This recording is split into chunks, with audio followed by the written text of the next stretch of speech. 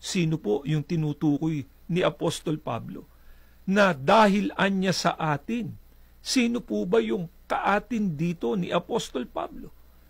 Ang babasahin naman po namin ay 2 Korintos 5, ang talata po ay 17. Pakinggan po ninyo itong mabuti. Kaya't kung ang sino man ay na kay Kristo, siya'y bagong nilalang. Ang mga dating bagay ay nagsilipas na, narito, sila'y pawang naging mga bago. Ang mga kaatin po pala ni Apostol Pablo ay walang iba kundi ang mga taong kay Kristo.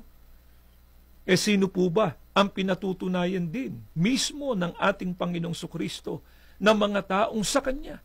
Pagka binasa natin ng Mateo 16:18, sinabi doon ng ating Panginoong Kristo, sa ibabaw ng batong ito, itatayo ko ang aking iglesia.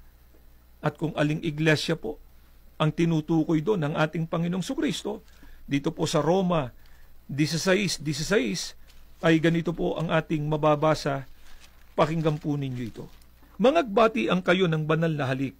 Binabati kayo ng lahat ng mga iglesia ni Kristo. Kaya, ang katwiran po ng ating Panginoong Diyos sa pagliligtas sa tao, walang iba kundi ang iglesia ni Kristo.